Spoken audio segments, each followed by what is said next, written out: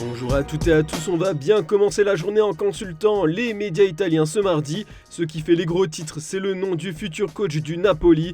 Comme on peut le lire sur la première page du Corriere dello Sport, Aurelio De Laurentiis a proposé un contrat de 7 mois à Igor Tudor. L'ex-coach de l'OM aurait souhaité une durée contractuelle un peu plus longue, mais il aurait finalement donné son accord avec les conditions fixées par le président napolitain. L'entraîneur croate et son agent sont restés à Rome en attendant la décision finale prise par la direction de Naples. La Gazzetta dello Sport ouvre aussi son édition du jour avec le oui d'Igor Tudor.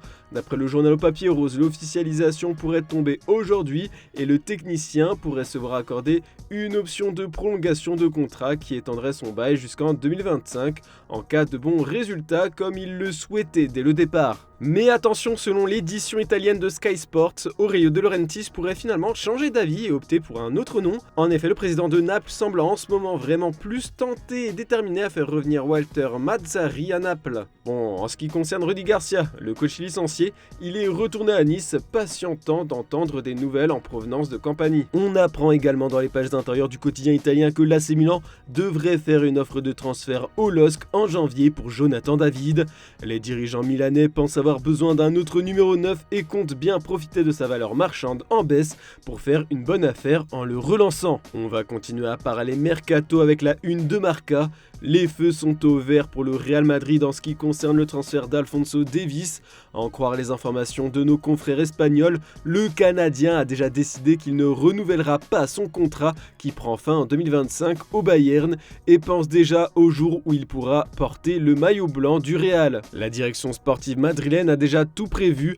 Elle négociera l'été prochain avec le Bayern Munich. D'après AS, les dirigeants du Real estiment qu'une négociation dès janvier froisserait leurs homologues bavarois. Ces derniers seront sous pression pour sa vente car Davies ne sera plus qu'à moins d'un an de la fin de son contrat. Il faut récupérer quelques liquidités. Mais actuellement, le Real a une autre grosse préoccupation.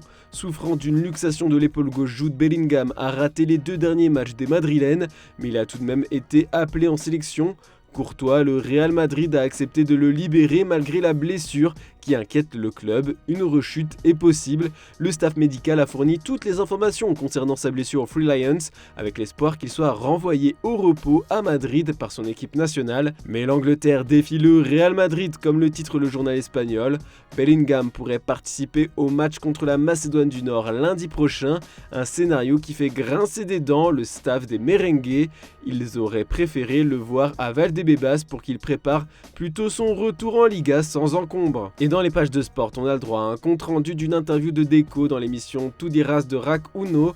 Le directeur sportif barcelonais a fait plusieurs révélations de taille. Déjà, on va commencer par la plus évidente. Il considère Xavi comme le manager parfait pour le FC Barcelone. Il évoque aussi le futur de Vitor Roque au Barça. Je vais vous lire sa déclaration au sujet du prodige brésilien. Nous nous battons pour essayer d'incorporer Vitor Roque en janvier, c'est pourquoi nous l'avons signé et nous le voulons le plus tôt possible. Puis il n'a pas botté en touche quand on lui a demandé si Joao Félix et Joao Cancelo allaient rester en Catalogne la saison prochaine. Deco a expliqué que ça allait être très difficile de les garder, mais qu'il souhaite sans aucun doute voir les Joao rester à Barcelone. Ils sauront bientôt comment ils vont pouvoir procéder pour éviter de trop dépenser. Deco a également expliqué qu'Ansu Fati peut revenir au Barça, l'avenir dépend de lui. Et direction l'Angleterre maintenant, comme tous les jours en ce moment, on va parler de Manchester United. On a le droit à une info inattendue en une du Sun ce mardi. D'après le tabloïd, les Red Devils sont bien partis pour recruter Jean-Claire Todibo. Le club anglais avait déjà approché le défenseur français cet été, mais le joueur de 23 ans a révélé plus tard qu'il ne voulait pas faire le mauvais choix après s'être établi à Nice. Et tout pourrait s'accélérer grâce à Jim Ratcliffe, qui est sur le point de finaliser le rachat de 25% des parts de Manchester United. L'homme d'affaires anglais, propriétaire de l'OGC Nice, va pouvoir faciliter les négociations. Le quotidien évoque tout de même un transfert à la hauteur de 40 millions d'euros pour le défenseur, qui a une sélection en équipe de France. Pour pouvoir réaliser cette transaction, Manchester United cherche à tout prix à se débarrasser de Jadon Sancho. Coup de bol, un club saoudien dont le nom n'a pas encore filtré est sur le coup selon les informations du Daily Telegraph. Richarlison est aussi dans le viseur de ce club, il hésite entre les deux joueurs. Et en France, qui retrouve-t-on à la une des journaux sportifs? Warren Zaïre-Emery bien évidemment. Révélation du PSG et titulaire indiscutable sous les ordres de Luis Enrique. Le natif de Montreuil a débarqué tout sourire sourire ce lundi pour le début du rassemblement des Bleus. Le Parisien pourrait connaître sa première sélection contre Gibraltar à Nice vendredi ou à Athènes contre la Grèce mardi. On a le droit à plusieurs anecdotes au sujet de l'adaptation express du Petit Bleu de Clairefontaine. Déjà, l'équipe nous apprend qu'il a dû gérer une contrainte liée à son âge. En fait, pour aller en Grèce, le quotidien indique que Warren Zaïre-Emery a dû fournir une autorisation parentale pour faire le déplacement. Puis avant de rejoindre à 100% l'équipe A de la France, il n'a pas oublié par où il est passé et s'est rendu à l'entraînement des espoirs pour saluer Thierry Henry et son adjoint Gaël Clichy. Tous les journaux du pays font son portrait. Bon, si vous nous suivez depuis un bon moment, vous le connaissez bien, on a même fait une vidéo qui retrace son jeune parcours. Enfin, on a le droit à un beau résumé de ses qualités dans le Parisien, un hommage rendu par Arsène Wenger qui estime que Warren Zaïre-Emery est un mix entre Pogba, Kanté et Vieira. Et bah ça annonce que de belles choses en équipe de France. Et on va bien conclure cette revue de presse en lisant le journal La Provence. Où va l'OM, s'interroge le quotidien sur sa première page. 11e de Ligue 1, une élimination précoce en Ligue des Champions et des marasmes extrasportifs qui s'enchaînent. L'OM connaît un calvaire sans précédent depuis la prise de fonction de Pablo Longoria. Dans ses colonnes, le quotidien local a fait un focus encore plus important sur la situation du président olympien, rebaptisé pour l'occasion Palo Longoria. Et ce dernier serait devenu fantomatique. Il est là, mais il n'est plus là, a même lâché une source interne au club.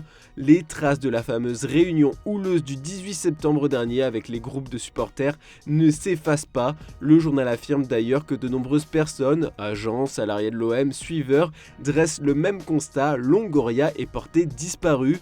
Une attitude qui interpelle et pour tous ceux qui imaginent une vente de l'OM, la Provence assure que le propriétaire Frank McCourt ne veut toujours pas se débarrasser de son club. Et on est obligé de parler de Kylian Mbappé. Les dernières informations lâchées par la Casablanca assurent que les merengues ne veulent plus du Bondinois, mais dans le clan du français, le discours est différent. El Chiringuito a fait de nouvelles révélations lundi soir. Un des journalistes du programme a eu au téléphone une source très proche du numéro 7 du Paris Saint-Germain le week-end dernier, et cette source a été très locale. Cette personne a confié que Mbappé veut jouer au Real Madrid la saison prochaine, mais qu'il ne se prononcera pas publiquement pour annoncer son choix.